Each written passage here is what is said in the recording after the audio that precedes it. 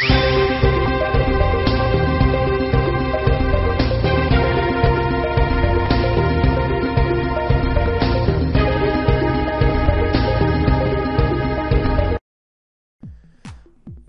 estamos todos bienvenidos al tema número 4, el último de esta unidad. Cuando hemos estudiado el Código Civil en los primeros temas, hemos podido recordar que el Código Civil viene desde la época romana, con el Corpus Juris Civilis de Justiniano y todos los elementos que formaron parte de ese cuerpo jurídico, como el digesto, las institutas, es decir, las resoluciones de los magistrados y tribunos de aquella época romana. También hemos podido ver cómo a través del Código Napoleónico se rescatan muchas de esas instituciones romanas y también instituciones de la antigua Alemania que forman finalmente parte del Código Civil de esta parte del mundo, de Occidente. Fue el Código Italiano del año 1942 que influye en los códigos civiles de aquí, de esta parte del mundo, Latinoamérica. Y en Latinoamérica mismo, ¿no? Fue el Código de Vélez Sarsfield y también el Código de Andrés Bello que marcaron las pautas y las instituciones de lo que sería el Código Civil y las normas civiles modernas. El Perú tiene en el Código Civil del año 1984 uno de los códigos que al momento de ser promulgado fue considerado como uno de los códigos más modernos de esta parte del mundo. Y en él tenemos muchas de nuestras grandes instituciones que van a regular la vida civil. 3 elementos son materia de ese estudio. Es el tema de la familia, la persona y del patrimonio o bienes. Hemos visto también cómo la persona puede ser considerada desde el momento de la concepción. Es decir, cuando ya se concibe el nacimiento de un futuro bebito, ya se le considera persona natural. Esto en realidad no fue reconocido por el Código Civil. Fue expresamente reconocido por las leyes y las normas que en el año 2000 salieron y que se referían al niño y al adolescente.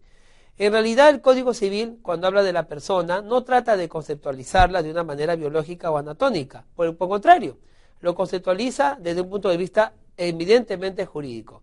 Al señalar que el concebido, por ejemplo, tiene derecho a nacer vivo y es sujeto de derecho de este derecho en particular, valga la redundancia. Y también al establecer que la persona natural se considera desde el nacimiento hasta el día de su muerte.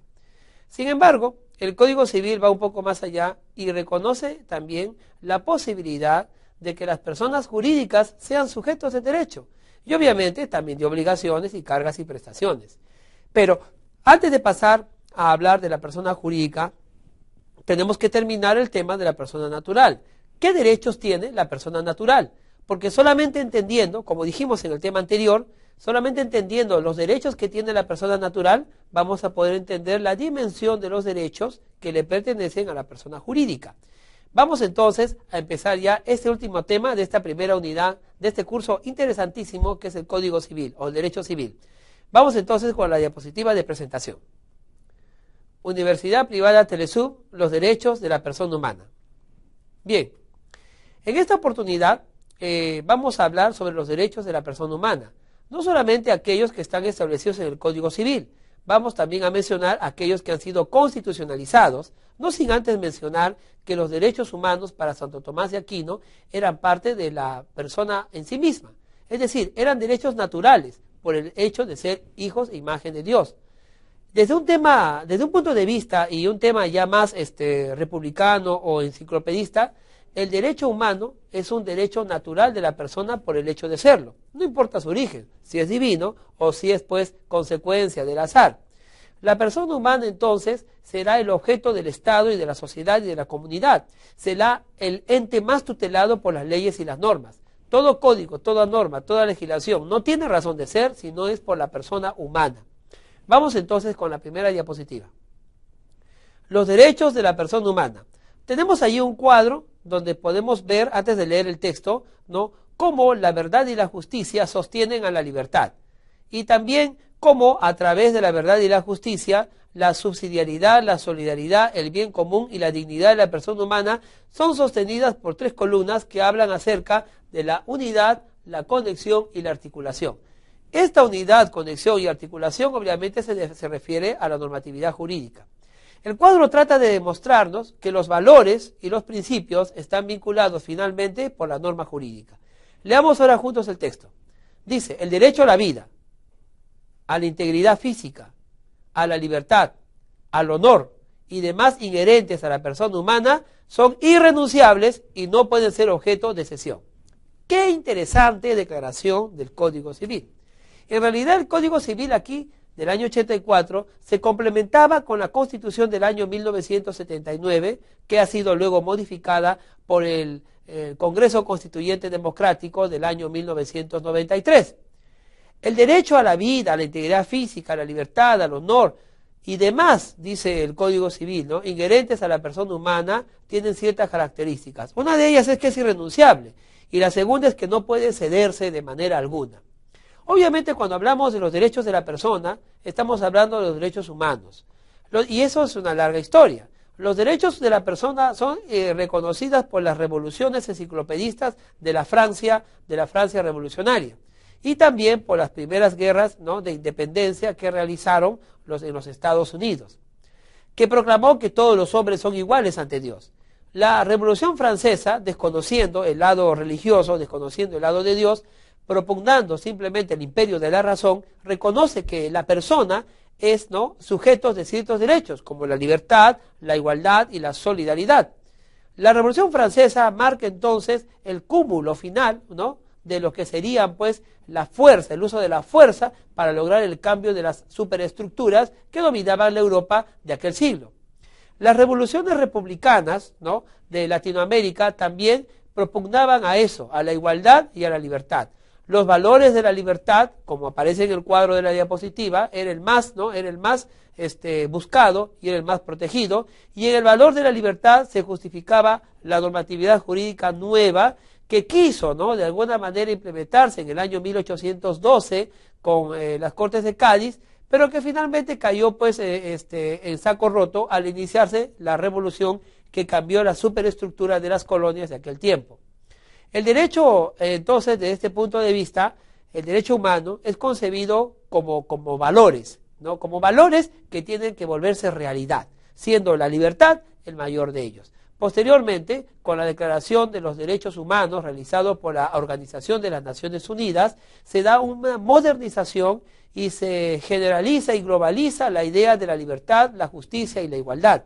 Y no solamente estos valores, que son declarados pues valores de primer orden, sino aquellos que también son declarados como de segundo, tercero y cuarto orden, relacionados con justamente los de primer orden. Nadie puede tener el derecho a la vida si no tiene pues también el derecho a un ambiente sano. Los derechos entonces, encadenados y vinculados de esta manera, se vuelven pues en un bagaje, ¿no?, de ejercicio jurídico para los legisladores y de defensa para nosotros los abogados, que pretendemos pues que estos derechos sean respetados y sean consolidados, no solamente en una constitucionalidad, sino en la realidad. Vamos con la siguiente diapositiva. Bueno, un derecho muy defendido es el derecho a la intimidad personal y familiar. Dice la norma que la intimidad de la vida personal y familiar no puede ser puesta de manifiesto sin el asentimiento de la persona o si ésta ha muerto, si el de su cónyuge, descendiente, ascendiente o hermanos, excluyentemente y en este orden. Quiere decir que el derecho a la intimidad personal es tan importante que no se puede atacar, ni se puede tergiversar, ni se puede abusar de él estando la persona viva. Y al morir esta persona, en la defensa de esa intimidad, la defensa pasará a los familiares, a los herederos, a los sucesores, aquellos que han tenido con esta persona un vínculo parental.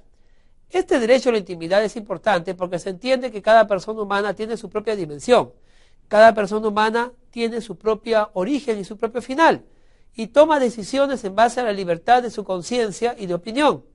El derecho a la intimidad es un derecho que hoy en día es también en conflicto con otros derechos como el derecho a la información y como el derecho pues a lo que se llaman los espectadores públicos, los personajes públicos, ¿no? Vamos a otra diapositiva. El derecho a la imagen y a la voz. Leamos juntos. La imagen y la voz de una persona no pueden ser aprovechadas sin autorización expresa de ella, o si ha muerto, sin el asentimiento de su cónyuge, descendientes, ascendientes, hermanos, excluyentemente y en este orden. Esto quiere decir que una persona, por ejemplo, un gran político, por ejemplo, un músico, un cantante, un gran disertador, un profesor de clase virtual, ¿no?, que no ha dado su autorización, no se le podrá usar sus declaraciones ni aprovecharse de ellas. ni tampoco lucrar de ellas si no se cuenta con su autorización. Y a la muerte de tendrán sus familiares y sus herederos, ¿no? Excluyentemente, si por ejemplo yo tengo cónyuge, yo tengo esposa, ¿no? Ella será la primera en protestar. Si no hubiera ella, los hijos. Si no hubiera los hijos, mis padres. Y si no hubieran ellos, mis hermanos. Excluyentemente uno del otro, ¿no? Eso quiere decir que si uno no protesta, el otro no puede sustituirlo. Tiene que esperar que proteste él. ¿Por qué se hace esto? Se hace porque se entiende que así como la persona humana tiene una vida, una intimidad, también lo que ella produzca, lo que ella genere a través de su imagen y de su voz, forma a la persona. Son elementos constitutivos de la persona que marcará un perfil y una imagen. San Martín, Bolívar, Martín Lutero, los grandes hombres de la historia han perfilado una imagen y una voz. Una imagen histórica de ellas, ¿no? Que definitivamente pues necesita ser protegida. Un gran cantante, un autor, un compositor, que exprese a través de su creatividad un bien no material, sino por el contrario, un bien jurídico intangible, ¿no? Pero que tiene un valor, o simplemente que no tenga valor, en el sentido que su valor simplemente no puede expresarse en moneda ni mensurablemente, sino un valor pues de cultura, de patrimonio cultural de la humanidad, por ejemplo, tiene que ser protegido definitivamente. El derecho que tenemos a la imagen y la voz es otro de los derechos que se reconoce a la persona humana, pero no son los únicos. Vamos a la siguiente diapositiva. Tenemos también otro muy importante, que es la confidencialidad de la correspondencia y demás comunicaciones. La ley establece, el Código Civil establece la prohibición de la publicación póstuma hecha por el autor o el destinatario, pues no puede extenderse más allá de 50 años a partir de su muerte. Es necesario entender que el derecho a la confidencialidad de la correspondencia también se relaciona con el derecho de la privacidad. Las cartas que Miguel Grau, por ejemplo, escribió a la esposa de Arturo Prat luego del combate de Iquique, en la cual Miguel Grau, ¿no?, expresaba sus condolencias a la señora y donde la señora le responde nombrándolo como un caballero, el caballero de los mares, fueron cartas que fueron conocidas posteriormente, ¿no?, a la muerte y fallecimiento del mismo almirante Grau y también entregadas por los herederos de la familia Prat de Chile. Estas cartas y las que usted escriba o yo escriba se consideran confidenciales, al menos que se cuente con una autorización de usted, ¿no?, o de su familiar, su cónyuge, sus hijos, sus padres o sus hermanos, en ese orden. Vamos con otro derecho. La defensa de los derechos de la persona. Leamos un texto. Vamos a la diapositiva. Ahí dice lo siguiente. La violación de cualquiera de estos derechos, referidos en el Código Civil, confiere al agraviado o a sus herederos acción para exigir la cesación de los actos lesivos. Es muy importante entonces entender que estos derechos sustantivos no se van a quedar allí simplemente como letra muerta.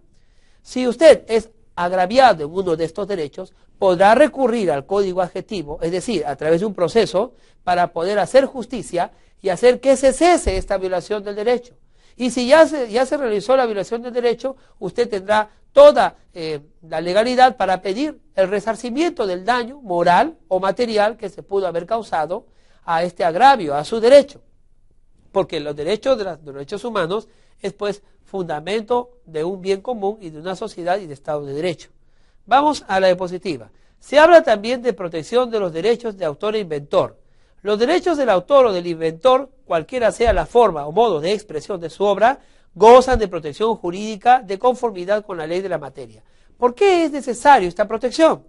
Porque la persona humana no es simplemente pues organismos, ¿no?, que se mueven por allí. Es también mente, es creatividad, es ese halo de esa imagen, por así decirlo, ¿no?, que definitivamente congraciaría para nosotros nuestro poder creativo, nuestro poder inventor, nuestras epifanías por las cuales nosotros podemos pues crear cultura, crear ciencia, crear música, crear ideas, descubrir el universo que nos rodea, plantear teoremas, tesis, hipótesis, reflexionar, contrarreflexionar, argumentar, contraargumentar.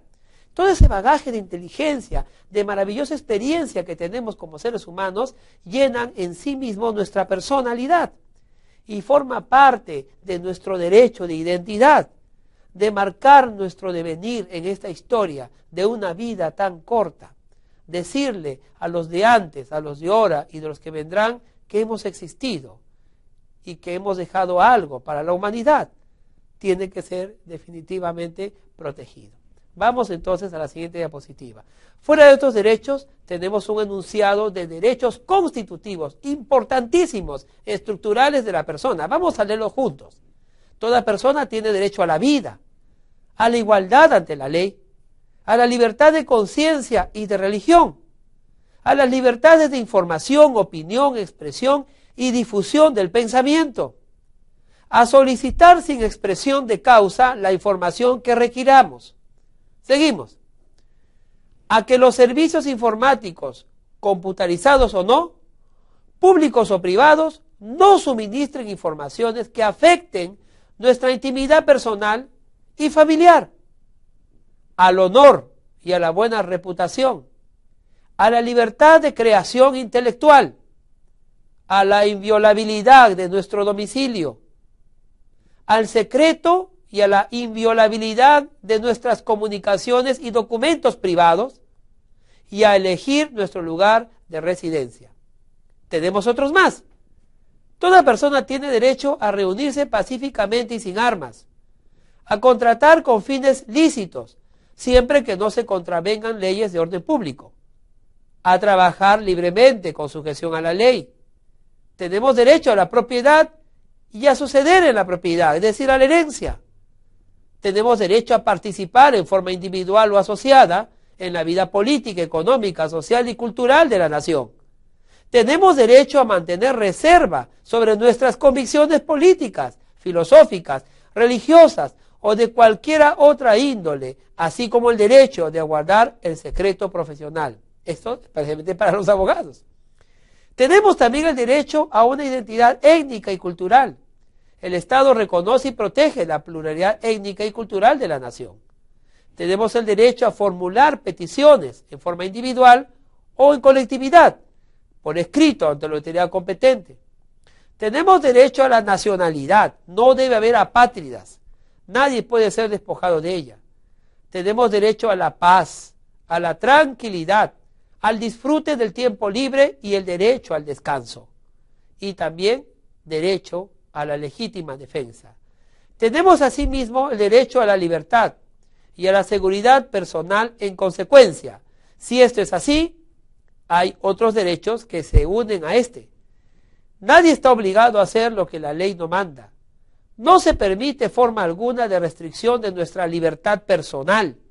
No debe haber prisión por deudas. Eso pertenece a la antigüedad, a la época romana, primitiva, antigua. Nadie tampoco debe ser procesado ni condenado por acto u omisión que al tiempo de cometerse no sea previamente calificado en la ley, el principio de tipicidad. Nadie puede ser detenido por hacer algo que no sea ley, que no sea delito. Toda persona es considerada inocente mientras no se haya declarado judicialmente su responsabilidad. Esto es un principio importante que se llama presunción de inocencia, que se usa bastante en materia penal. Nadie puede ser detenido, dice la diapositiva, sino por mandamiento escrito y motivado del juez o por autoridad policial en caso de flagrante delito. Nadie puede ser incomunicado, sino en caso indispensable para el esclarecimiento de un delito. Nadie debe ser víctima de violencia moral, psíquica o física, ni sometido a tortura o a tratos inhumanos y humillantes. Estas son, entre otros, los derechos humanos que se establecen en nuestra Constitución. Y estos son las presunciones y principios que harán que estos derechos en la persona humana sean respetados, sean protegidos y sean tutelados. Todos ellos, como has visto, se relacionan con la persona humana y tienen que ver con nuestro espacio, tienen que ver con la cosmovisión de la persona humana dentro de la vida en sociedad y limita toda clase de agravios que pueden caer sobre ella, desde el poder mismo que podría ejercer el Estado hasta la influencia ignominiosa de otros conciudadanos que podrían agraviar mi derecho.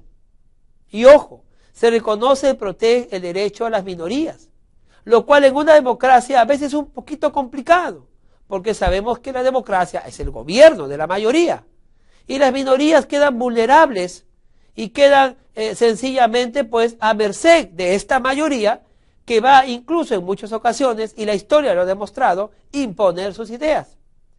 Estos derechos que se encuentran recogidos y constitucionalizados son también parte del derecho civil. El derecho civil se ha encargado de regular muchos de estos derechos humanos y a través de su norma adjetiva, esto es, el derecho procesal civil, y eso es materia de otro curso, que es el curso de Teoría General del Proceso Peruano y del curso de Derecho Procesal, ¿no?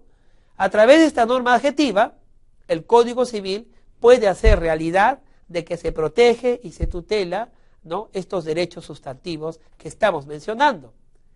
Son irrenunciables, no pueden cederse.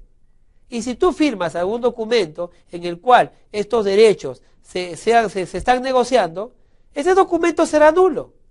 Si alguna vez uno de estos derechos es atacado, vilipendiado o limitado por algunas excepciones, uno podrá entonces recurrir al Estado y pedir que se le tutele.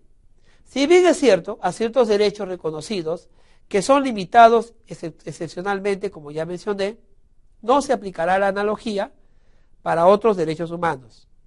En principio, la persona humana será la de mayor tutela.